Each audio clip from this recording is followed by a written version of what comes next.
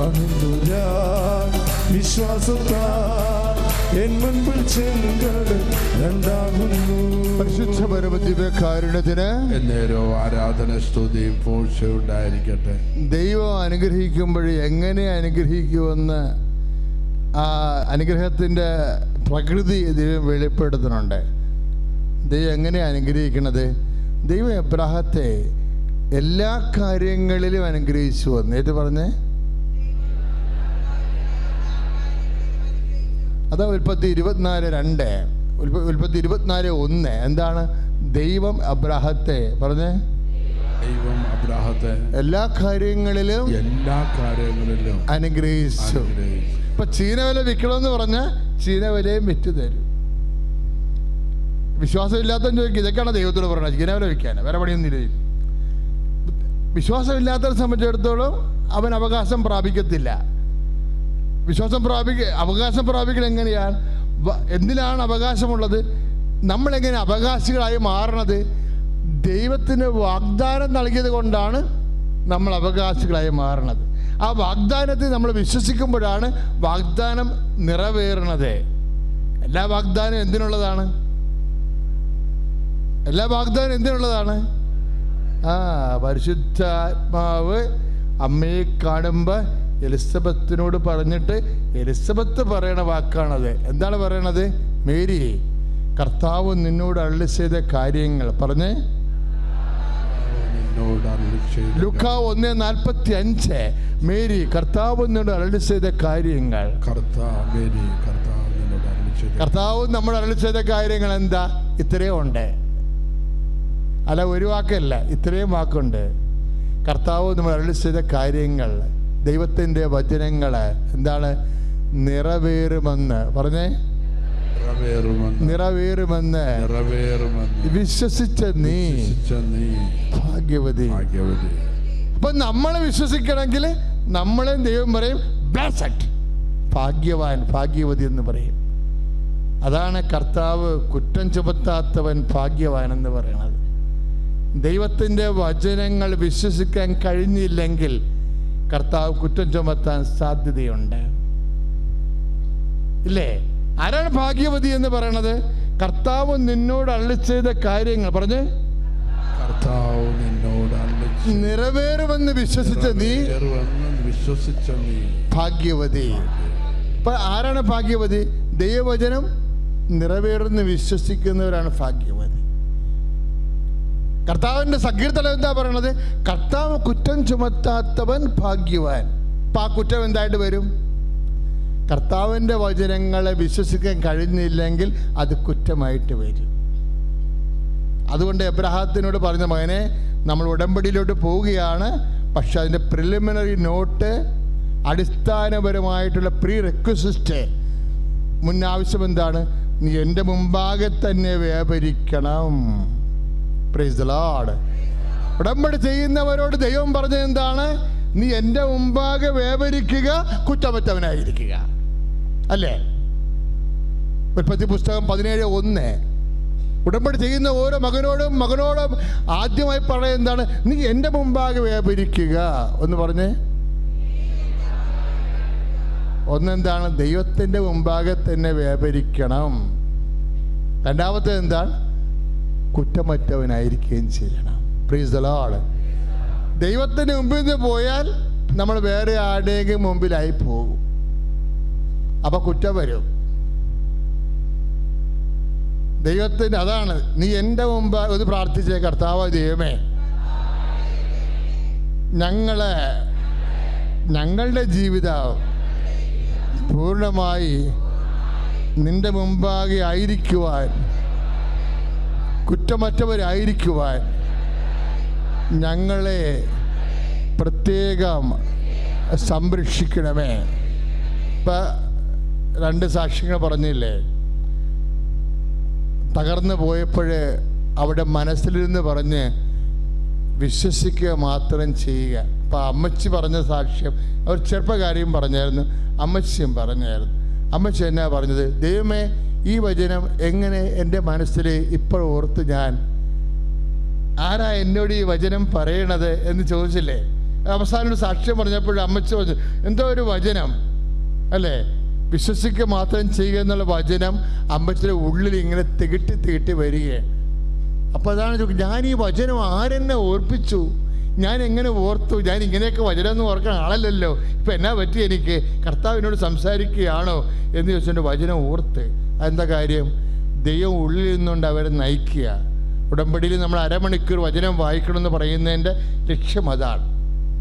അരമണിക്കൂർ വചനം വായിക്കണത് എങ്ങനെയാണ്? 30 വാക്കുകൾ എടുത്തിട്ട് അത് 30 പ്രാവശ്യം വായിക്കും. 2 മിനിറ്റ് 3 മിനിറ്റ് 1 മിനിറ്റ് വെച്ച് അരമണിക്കൂർ 30 മിനിറ്റ് നമ്മൾ തേക്കും. അതിനുള്ളിൽ ഈ ആവർത്തിച്ച് വായിക്കുമ്പോൾ ഏതെങ്കിലും 1-2 വചനങ്ങൾ നമ്മുടെ ഉള്ളിൽ അഭിഷേകമായി മാറും.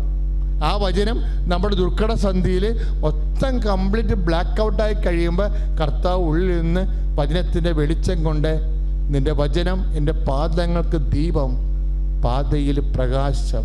സങ്കീർത്തനം 119:19 വായിക്കും. എന്താണ്? നിൻ്റെ വചനം എൻ്റെ പാദങ്ങൾക്ക് ദീപം, പാതയിൽ പ്രകാശം എന്ന് വെച്ചാൽ എന്താ? കംപ്ലീറ്റ് ബ്ലാക്ക് ഔട്ട് ആകുമ്പോൾ പിന്നെ തെളിയുന്ന വചനം ഏതാണ്? വെളിച്ചം ഏതാണ്? കർത്താവിൻ്റെ വചനമാണ്. കൈ അടിച്ച് കർത്താവ് ഹല്ലേലൂയ.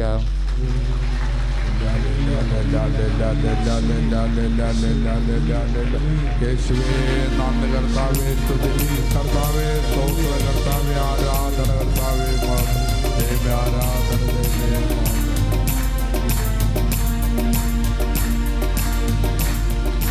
പാദത്തിനു ദീപമാകും വചനം, പാതയിൽ പ്രകാശമേകും വചനം. പാദത്തിനു ദീപമാകും വചനം, പാതയിൽ പ്രകാശമേകും വചനം. ആത്മമാരി തൂകിടുന്ന വചനം, ആത്മസൗഖ്യമേകിടുന്ന വചനം. Hallelujah hallelujah hallelujah hallelujah hallelujah hallelujah hallelujah hallelujah. സങ്കീർത്തനം 119:105 ഏറ്റു പറഞ്ഞ്, അങ്ങയുടെ വചനം അങ്ങയുടെ വചനം എൻ്റെ പാദത്തിന് വിളക്കും, എൻ്റെ പാദത്തിന് വിളക്കും, പാതയിൽ പ്രകാശവുമാണ്. അതാണ് അവസാന സാക്ഷ്യം പറഞ്ഞത്. അവിടെ ജീവിതം മൊത്തം ബ്ലാക്ക് ഔട്ട് ആയിപ്പോയി, പവർ കട്ടായിപ്പോയി. പവർ കട്ടായപ്പോൾ എന്ത് പറ്റി? ഉള്ളിലിരുന്നുകൊണ്ട് വചനം തെളിഞ്ഞ. അതുകൊണ്ടാണ് പിന്നെ ആ വചനത്തിൻ്റെ വെളിച്ചത്തിലാണ് അവർ മുന്നോട്ട് പോണത്. ചില സമയത്ത് അങ്ങനെ വരും. ഉടമ്പടി ഒരു സമ്പൂർണ്ണ പ്രാർത്ഥനയായത് കാരണം നാളെ നീ ബ്ലാക്ക് ഔട്ടായി പോയെന്ന് വിചാരിച്ചോ? ബ്ലാക്ക് ഔട്ട് ആയാലും ശരി. ഇപ്പം ആ കുഞ്ഞ് പറഞ്ഞില്ലേ, ഞാൻ വീണ്ടും തോറ്റു, ബ്ലാക്ക് ഔട്ടായി.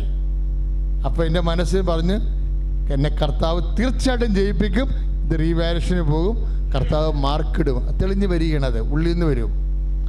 നമ്മൾ ദൈവത്തോട് കാണിക്കുന്ന എപ്പോഴും നമ്മൾ ഉടമ്പടി എന്തിനുള്ളതാണെന്ന് ചോദിച്ചു കഴിഞ്ഞാൽ, ഉടമ്പടി എന്തിനുള്ളതാണെന്ന് ചോദിച്ചാൽ നിങ്ങൾ ഉടനെ പറയരുത് നമ്മുടെ കാര്യം കാണാനുള്ളതാണെന്ന് പറയരുത്. ഉടമ്പടി എന്തുകൊണ്ടാണ് ഉടമ്പടി ഉണ്ടാവണത്? എൻ്റെ മക്കളെ മനസ്സിലാക്കണം. എന്തുകൊണ്ടാണ്? ദൈവം സ്നേഹമായത് കൊണ്ടാണ് ഉടമ്പടി ഉണ്ടാകണത്. 1 യോഹന്നാൻ 4:8 ദൈവം സ്നേഹമാകുന്നു. ഈ സ്നേഹമായ ദൈവം എന്ത് വിചാരിക്കും? ഈ സ്നേഹം സ്ഥായിയാകണം, സ്ഥിരമാകണമെന്ന് ആഗ്രഹിക്കും. പറഞ്ഞ മനസ്സിലായില്ലേ? ഉടമ്പടിയുടെ ദൈവിക ലക്ഷ്യങ്ങൾ അറിയണം. അല്ലെങ്കിൽ നിങ്ങൾ ഓർക്കും ഇതെൻ്റെ ജോലി വായിക്കണ പരിപാടിയാണ്, സ്ഥലം വിൽക്കണ പരിപാടിയാണെന്നൊക്കെ വിചാരിക്കും. അല്ല, ഉടമ്പടിയുടെ ദൈവിക ലക്ഷ്യം എന്താണ്? എനിക്ക് നിന്നോടുള്ള ബന്ധം സ്ഥായിയാണെന്നറിയാൻ വേണ്ടി ഞാൻ നിന്നോട് ഉടമ്പടി ചെയ്തെന്ന്. ഐസയ 55:3 ഐസയ 55:3 എനിക്ക് നിന്നോടുള്ള സ്നേഹം സ്ഥായിയാണെന്ന് നീ അറിയാൻ വേണ്ടി ഞാൻ നിന്നോട് ഉടമ്പടി ചെയ്തു. ഇടയ്ക്കിടയ്ക്ക് വിട്ടുപിടിക്കുന്ന സ്നേഹം അല്ലെന്നർത്ഥം. സ്ഥായിയായ സ്നേഹമാണ്. പ്രാർത്ഥിച്ച കർത്താവ് ദൈവമേ, അങ്ങയോട് എനിക്കുള്ള സ്നേഹവും അങ്ങേക്ക് എന്നോടുള്ള സ്നേഹവും സ്ഥായിയായിരിക്കുവാൻ ഞാൻ ചെയ്ത ഉടമ്പടി പാലിക്കുവാൻ ദൈവ സ്നേഹത്താൽ അഭിഷേകം ചെയ്യണമേ. സ്തുതിയുടെ ഹല്ലേലൂയ.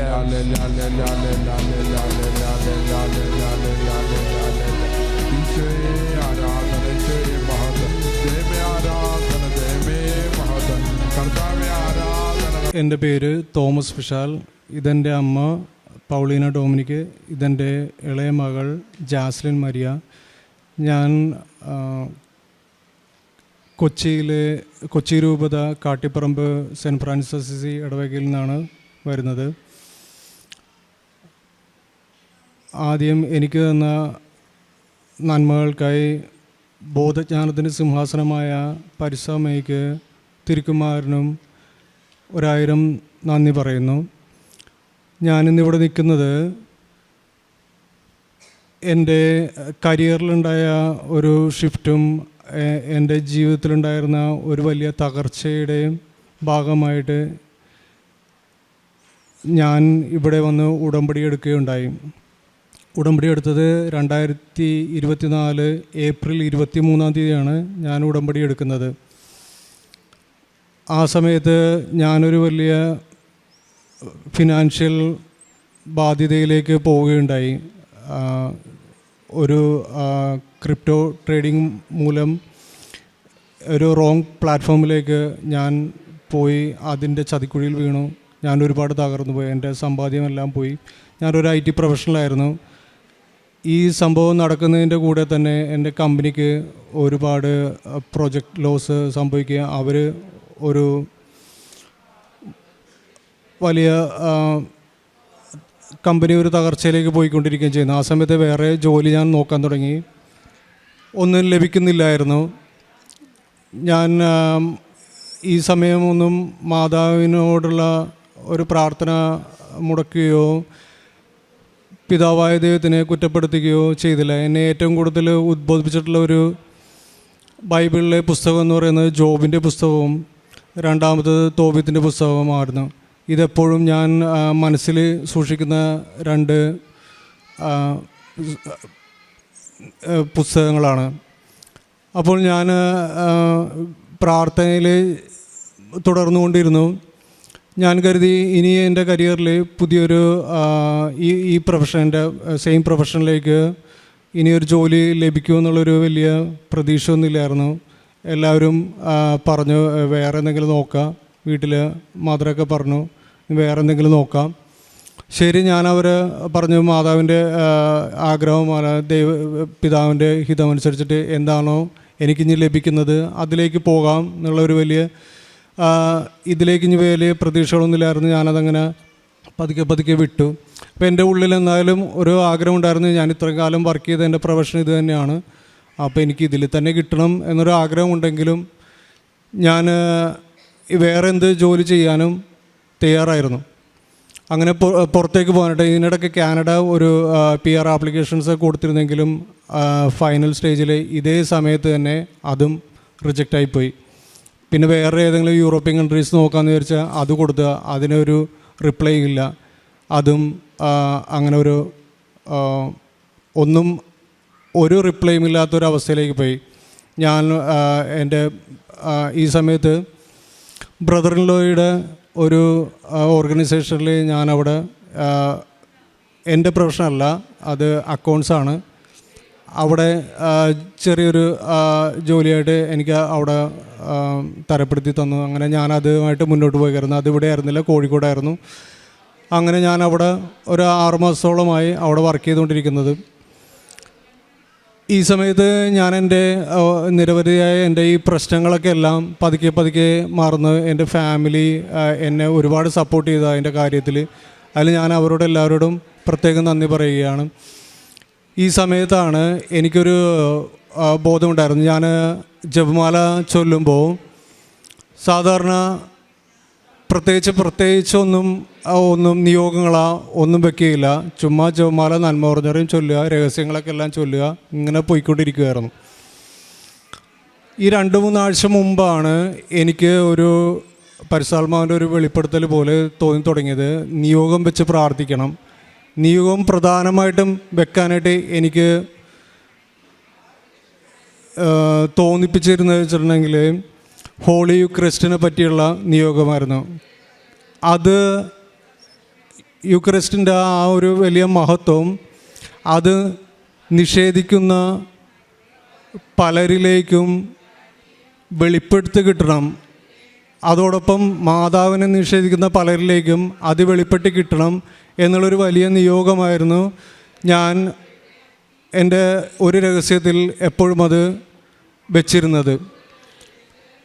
ഈ 2-3 ആഴ്ച ഇത് തുടങ്ങി 2 ആഴ്ച കഴിഞ്ഞപ്പോഴേക്കും എൻ്റെ ഫ്രണ്ട് എന്നെ വിളിച്ചു. ഇങ്ങനെ ഒരു കമ്പനിയിൽ ഒരു ഓപ്പണിംഗ് വന്നിട്ടുണ്ട്, അവരുടെ ഇൻഹോസ് ടീമിലേക്കാണ്. നമ്മുടെ എൻ്റെ അതേ പ്രൊഫൈലാണ്, വെബ് ഡെവലപ്പറാണ്. അപ്പോൾ അതേ പ്രൊഫൈലിലേക്കാണ്. ഇത് പ്രത്യേകിച്ച് ഇൻ്റർവ്യൂ ഒന്നും ഉണ്ടാവുന്നില്ല. ജസ്റ്റ് അവനെല്ലാ കാര്യങ്ങളൊക്കെ എല്ലാം പുള്ളിനോട് പറഞ്ഞിട്ടുണ്ട്. ഇങ്ങനെയുള്ള കാര്യങ്ങളല്ല, ഓൾറെഡി അതിനെപ്പറ്റി ഡിസ്കഷനൊക്കെ എല്ലാം കഴിഞ്ഞ് ഞാനുമായിട്ട് ചെറിയൊരു ഡിസ്കഷൻ ഉണ്ടായിരുന്നു.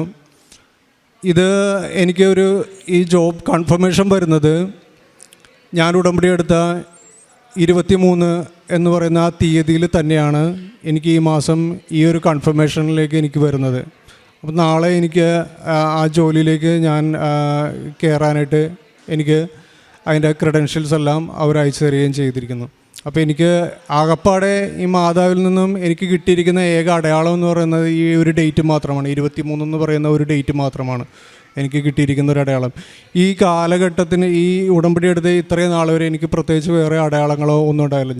ഞാൻ ആകെ പ്രാർത്ഥിച്ചിരുന്നത് പിതാവിൻ്റെ ഹിതം എന്താണോ അതനുസരിച്ചിട്ട് എനിക്ക് തന്നാൽ മതി. എനിക്ക് ഇന്നത് വേണമെന്നൊന്നുമില്ല, ഇന്ന ഡേറ്റിന് കിട്ടണമെന്നുമില്ല. ഒരു ഡേറ്റോ പറഞ്ഞിട്ടില്ല, ഇന്ന സംഭവം ഇന്ന ഇത് തന്നെ എനിക്ക് വേണമെന്നില്ല. നിനക്ക് എന്താണോ ഇഷ്ടം, നിനക്ക് എന്താണോ എന്നെ കൊണ്ട് ആഗ്രഹിക്കുന്നത് അതെല്ലാം നിൻ്റെ ഹിതം പോലെ അത് ചെയ്തോട്ടെ എന്ന് മാത്രമേ ഞാൻ പ്രാർത്ഥിച്ച് മുന്നോട്ട് പോയിരുന്നിട്ടുള്ളൂ. ഈ 2 വലിയ സാക്ഷ്യങ്ങളാണ് എൻ്റെ ജീവിതത്തിൽ എനിക്ക് ഇപ്പോൾ പറയാനായിട്ടുണ്ടായിരുന്നത്. കൂടാതെ എൻ്റെ മോൾക്ക് പണ്ട് ഞാനൊരു സാക്ഷ്യം പറഞ്ഞിട്ടുണ്ട്. ഞാൻ 2018 ഞാനിവിടെ ഉടമ്പടി എടുത്തിട്ടുള്ളതാണ്. അന്ന് ഒരു ജോലി പ്രശ്നങ്ങളൊക്കെ ആയിരുന്നു. അതിനുശേഷം പതുക്കെ ഉടമ്പടിയിൽ നിന്ന് ഒന്ന് തെന്നി മാറി, കുറച്ച് അഹങ്കാരം കൂടി. അതിൻ്റെ ഫലമായിട്ടാണ് എനിക്ക് ഇങ്ങനെയുള്ള ചില പ്രശ്നങ്ങളൊക്കെ ഉണ്ടായത് എന്ന് ഞാൻ വിശ്വസിക്കുന്നു. ആ സമയത്ത് എൻ്റെ മോൾക്ക് ഒരു ചെറിയ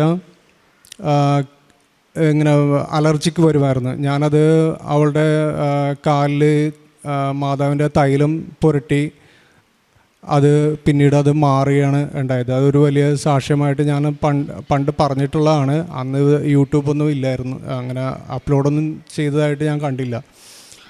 ഈ സമയത്ത് ഞാനത് ഒന്നും കൂടി ഓർത്ത് ഞാനത് പറയുകയാണ്. എനിക്ക് എൻ്റെ ഇവിടെ ആൾത്താരിൽ കയറിയെന്ന് അങ്ങനെ ഒരു സാക്ഷ്യം പറയണമെന്നുള്ള ഒരു ആഗ്രഹം പണ്ട് എൻ്റെ മനസ്സിൽ അങ്ങനെ കിടന്നിരുന്നു. അന്നത് സാധിച്ചില്ല. പക്ഷേ ഇന്ന് മാതാവ് അതിന് ഒരു വഴിയൊരുക്കിയിരിക്കുന്നതായിട്ട് മാതാവിന് പ്രത്യേകം നന്ദി പറയുകയാണ്. എൻ്റെ പ്രേക്ഷിത പ്രവർത്തനമായിട്ട് ഞാൻ ചെയ്തിരുന്നത് പത്രം ഞാൻ കൊടുക്കാറുണ്ട്. ആ ക്രൈസ്തവ മേഖലയിലും ഞാൻ റെയിൽവേ സ്റ്റേഷനിലൊക്കെ കൊടുക്കിരുന്നു. എനിക്ക് ആയിക്കോട്ടെ, ഞാൻ ഒറ്റയടിക്ക് പത്രം കൊടുത്ത് തീർക്കാറില്ല. പകുതി ചിലത് പള്ളിയിൽ കൊടുക്കും, കുറച്ച് വേറെ എവിടെയെങ്കിലുമൊക്കെ നിന്ന് കൊടുക്കും. ബസ് സ്റ്റോപ്പിലല്ല, പള്ളിയുടെ ഫ്രണ്ടിൽ പുറത്ത് യാത്രക്കാർ പോകുന്ന സ്ഥലത്തൊക്കെ ആയിരിക്കും നിന്ന് കൊടുക്കുന്നത്. കൂടാതെ കാരുണ്യപ്രവൃത്തികളായിട്ട് പൊതിച്ചോറ് വഴിയിലൊക്കെ കൊടുക്കാറുണ്ട്. വഴിയിലല്ല, ഞങ്ങളുടെ ആ ഭാഗത്തായിട്ട് 2-3 അപ്പന്മാരുണ്ട്. അപ്പോൾ പറ്റാവുന്ന രീതിയിൽ അവർക്ക് കൊടുക്കാറുണ്ട്. പിന്നെ എന്തെങ്കിലും ആരെങ്കിലും കാണുകയാണെങ്കിൽ എന്തെങ്കിലും ഒരു ബ്രെഡ് എന്തെങ്കിലുമൊക്കെ മേടിച്ച് ആ സമയത്ത് ചിലപ്പോൾ രാത്രി കാലങ്ങളൊക്കെ ആയിരിക്കും, ഞാൻ പുറത്ത് എവിടെയെങ്കിലും പോകുമ്പോഴായിരിക്കും ഇത് ആരെങ്കിലും കാണുന്നത്. അപ്പോൾ അവർക്ക് അങ്ങനെ മേടിച്ച് കൊടുത്ത് പറ്റുന്ന രീതിയിൽ ഞാനങ്ങനെ സഹായിക്കാറുണ്ടുള്ളത്. പിന്നെ അടുത്തൊരു അഗതി മന്ദിരമുണ്ട്, അവിടെ ഇടയ്ക്ക് പോയിട്ടുണ്ട്. അവിടേക്ക് വേണ്ട സഹായങ്ങളൊക്കെ തന്നിൽ കഴിയുന്നത് ചെയ്തു കൊടുക്കാറാണ് ചെയ്യുന്നത്. ഇത്രയും വലിയൊരു അനുഗ്രഹം തന്ന തിരുക്കുമാരനും മാതാവിനും പ്രത്യേകം എൻ്റെ നന്ദി പറയുന്നു. ഇനിയും ഉടമ്പടിയിൽ തെന്നിമാറാതെ ജീവിക്കണമെന്നാണ് ഞാൻ ആഗ്രഹിക്കുന്നത്. അതിന് എൻ്റെ അമ്മ മാതാവ് സഹായിക്കുമെന്ന് ഒരു വലിയ വിശ്വാസത്തോടു കൂടി ഞാൻ നിർത്തുന്നു. ഞാൻ 2024 ഏപ്രിൽ 23 ഉടമ്പടി എടുത്തത്. എൻ്റെ മകന് വേണ്ടിയിട്ടാണ് ഞാൻ ആദ്യമായിട്ട് ഉടമ്പടി എടുത്തത്. അപ്പോൾ മകനിപ്പോൾ നല്ലൊരു ജോലി ഇപ്പോൾ കിട്ടി. ജോലിയില്ലാത്ത അവസരത്തിൽ അവൻ്റെ കഷ്ടപ്പാടും ദുരിതമൊക്കെ കണ്ടപ്പോഴാണ് ഞാൻ അവന് വേണ്ടിയിട്ട് ഉടമ്പടി എടുത്തത്. ഇപ്പോൾ അവന് നല്ലൊരു ജോലി ലഭിച്ചു.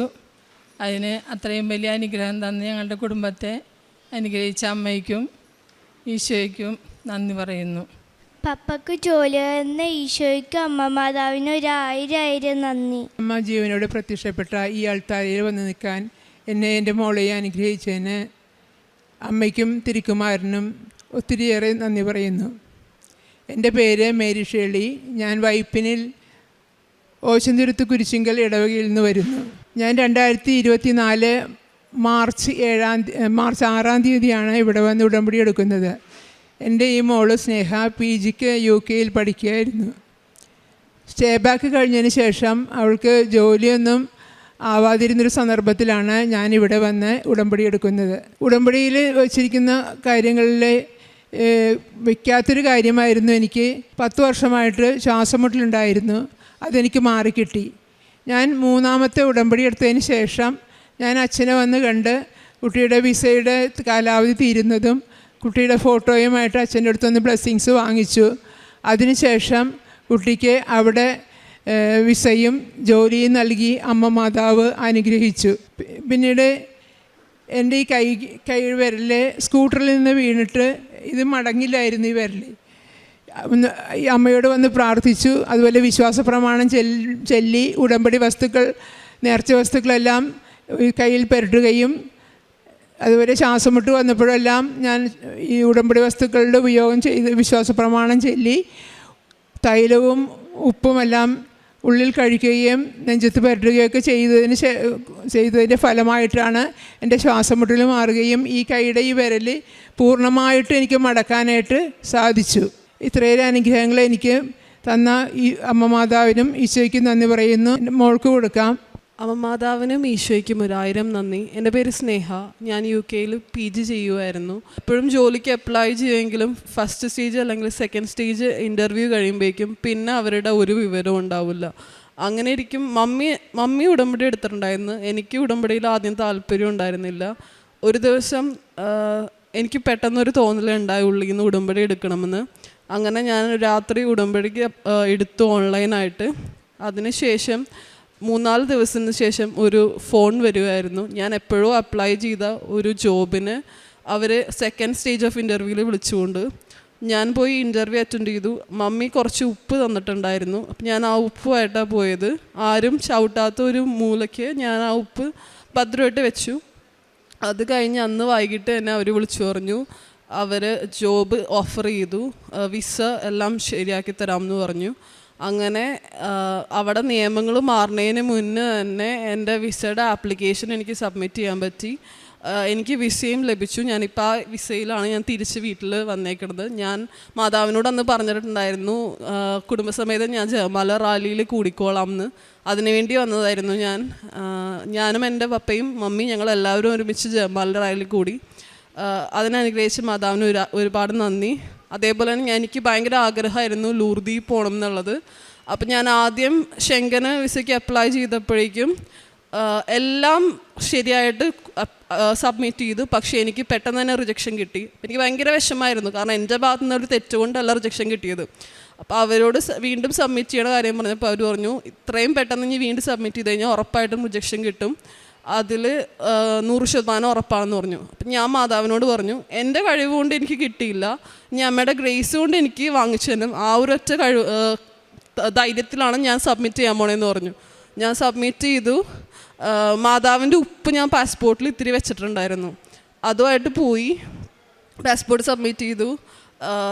അവർക്ക് ഏജൻസിക്കാർക്ക് പോലും വിശ്വസിക്കാൻ പറ്റുന്നുണ്ടായില്ല എനിക്ക് പാസ്പോർട്ടിൽ വിസ കിട്ടിയെന്ന് പറഞ്ഞപ്പോഴേക്കും. കാരണം ഒരു ചാൻസും ഉണ്ടായിരുന്നില്ല. അങ്ങനെ മാതാവ് എനിക്ക് വന്നു. ഞാൻ മാതാവിനെ കാണാൻ ലൂർദിൽ പോയപ്പോൾ ജീവിതത്തിൽ ആദ്യമായിട്ട് എനിക്ക് അവിടെ നിന്ന് മുല്ലപ്പൂവിൻ്റെ മണം കിട്ടി. അവിടെ മൊത്തം ഞാൻ തപ്പി, അവിടെ എവിടെയും മുല്ലപ്പൂ ഉണ്ടായിരുന്നില്ല. പക്ഷേ നല്ല മുല്ലപ്പൂവിൻ്റെ മണം ആ പാറയുടെ അരികത്ത് നിന്നപ്പോൾ എനിക്ക് വന്നായിരുന്നു. ഞാൻ ഇവിടെ അച്ഛനോട് സംസാരിക്കുമ്പോൾ ഞാൻ പറഞ്ഞായിരുന്നു എനിക്ക് ആൾക്കാരെ കണ്ട് സംസാരിക്കാൻ പേടിയാണെന്ന്. പക്ഷെ ഇപ്പം ഞാൻ ഇത്രയും സംസാരിച്ച പോലും എനിക്ക് അത്ഭുതമാണ്. അങ്ങനെ ഓരോ അനുഗ്രഹവും തന്ന മാതാവിന് 1000 നന്ദി. 7 വർഷമായിട്ട് എനിക്ക് കാലിന് ഞരമ്പിനൊരു ബുദ്ധിമുട്ടുണ്ട്. വേദന എടുത്തിട്ട് എൻ്റെ കണ്ണീര് കണ്ട് എൻ്റെ അമ്മ പോലും മാറി നിന്നിട്ടുണ്ട്. അത്രയും വേദനയായിരുന്നു. കുറേ വർഷങ്ങളായിട്ട് ഇപ്പം ഞാൻ എപ്പോഴും തൈലം കാലിൽ പുരട്ടിയിട്ട് വിശ്വാസ പ്രമാണം ചൊല്ലിയിട്ട് ഞാൻ കിടക്കണ്ടായിരുന്നത്. ഇപ്പോൾ കുറച്ച് അധികം നാളുകളായിട്ട് എനിക്ക് ആ വേദനയില്ല. എനിക്ക് അങ്ങനെ ഒരു വേദന ഉണ്ടായിരുന്നെന്ന് പോലും എനിക്കറിയത്തില്ല. എല്ലാം എൻ്റെ അമ്മ മാതാവ് എനിക്കെന്ന അനുഗ്രഹമാണ്. എനിക്കൊരു കാര്യം പറയണമെന്ന് ഇപ്പോൾ ഭയങ്കരമായിട്ട് തോന്നുന്നുണ്ട്. നഷ്ടപ്പെട്ടു പോയ ആടുകളെ തെരഞ്ഞു പിടിക്കുന്ന നല്ലവനായ ഈശോയെ നമുക്കുള്ളത്. ഈശോയ്ക്കും അമ്മ മാതാവിനും 1000 നന്ദി. കാരുണ്യ പ്രവർത്തികളായിട്ട് ഞാൻ അവിടെ ചെയ്യേണ്ടായിരുന്നത് അവിടെ ഫുഡ് ബാങ്കുകൾ ഉണ്ടാവുമായിരുന്നു. അപ്പോൾ എപ്പോഴും മാസത്തിൽ എനിക്ക് ഷോപ്പ് ചെയ്യാൻ പോകുമ്പോഴേക്കും ഫുഡ് ബാങ്കിലോട്ടും കുറച്ച് അവർക്ക് വേണ്ട സാധനങ്ങൾ കൊടുക്കും. പിന്നെ അതേപോലെ വഴിയരികിലൊക്കെ ഇരിക്കുന്ന ചേട്ടന്മാർക്കുണ്ടെങ്കിൽ ഞാൻ അവരോട് ചെന്ന് ചോദിക്കും നിങ്ങൾക്ക് എന്താ വേണ്ടത് കഴിക്കാനായിട്ട്. അപ്പോൾ അവർ ചോദിക്കും, അവർ പൈസയായിട്ട് ചോദിച്ചാൽ പൈസയായിട്ട് കൊടുക്കും. അല്ലെങ്കിൽ എന്താ കഴിക്കാൻ വേണ്ടതെന്ന് വെച്ച് കഴിഞ്ഞാൽ ഞാനത് പോയി കടയിൽ നിന്ന് പോയി അവർക്ക് വാങ്ങിച്ചു കൊടുക്കും. അതേപോലെ ആരെൻ്റെ അടുത്ത് നിന്ന് എന്തെങ്കിലും ചോദിച്ചാൽ എന്നെക്കൊണ്ട് പറ്റുന്നതാണെങ്കിൽ ഞാനതെല്ലാം ചെയ്യുമായിരുന്നു. പിന്നെ യൂട്യൂബിലും എല്ലാ ധ്യാനങ്ങളും കൂടും, സാക്ഷ്യങ്ങൾ കേൾക്കും, പ്രാർത്ഥനകളെല്ലാം മുടങ്ങാതെ ചെല്ലുമായിരുന്നു. ഞാനും അതുപോലെ തന്നെ എല്ലാം അച്ഛൻ്റെ എല്ലാ ധ്യാനങ്ങളും കൂടുന്നുണ്ട്. ധ്യാനങ്ങളും അതുപോലെ തന്നെ സാക്ഷ്യങ്ങളും എല്ലാം എല്ലാവർക്കും ഷെയർ ചെയ്ത് കൊടുക്കും. കാരണം എൻ്റെ ജീവിതത്തിൽ എനിക്ക് എൻ്റെ ആത്മീയ ജീവിതത്തിന് ഒരു അടുക്കും ചിട്ടയും വന്നത് ഈ ഉടമ്പടിയിലൂടെയാണ്. ദിവസവും കുർബാന കാണാനും അതുപോലെ കുമ്പസാരിക്കാനും മറ്റുള്ളവരോട് സ്നേഹത്തോടെ പെരുമാറാനും ഒക്കെ എനിക്ക് വളരെയധികം അനുഗ്രഹമാണ് അമ്മ മാതാവ് എനിക്ക് തന്നത്. കാരുണ്യപ്രവൃത്തികളായിട്ട് ഞാൻ ചെയ്യുന്നത് എറണാകുളത്ത് ക്യാൻസർ വാർഡുകളിൽ പോയിട്ട് അവർക്ക് ഫുഡ് കൊടുക്കാറുണ്ട്. പിന്നെ അഗതി മന്ദിരങ്ങളിൽ പോയിട്ട് അവിടെയുള്ള അമ്മമാർക്ക് ഫുഡ് കൊടുക്കാറുണ്ട്. ഓർഫനേജുകളിൽ ഫുഡ് കൊടുക്കാറുണ്ട്. അങ്ങനെ പിന്നെ അതുപോലെ രോഗികളായിട്ടുള്ളവർ എൻ്റെ അടുത്ത് സാമ്പത്തികമായ സഹായങ്ങൾ ആവശ്യപ്പെടുമ്പോഴെല്ലാം എന്നെക്കൊണ്ടാവണ വിധത്തിലുള്ള സാമ്പത്തിക സഹായങ്ങൾ ഞാൻ അവർക്ക് ചെയ്തു കൊടുക്കാറുണ്ട്.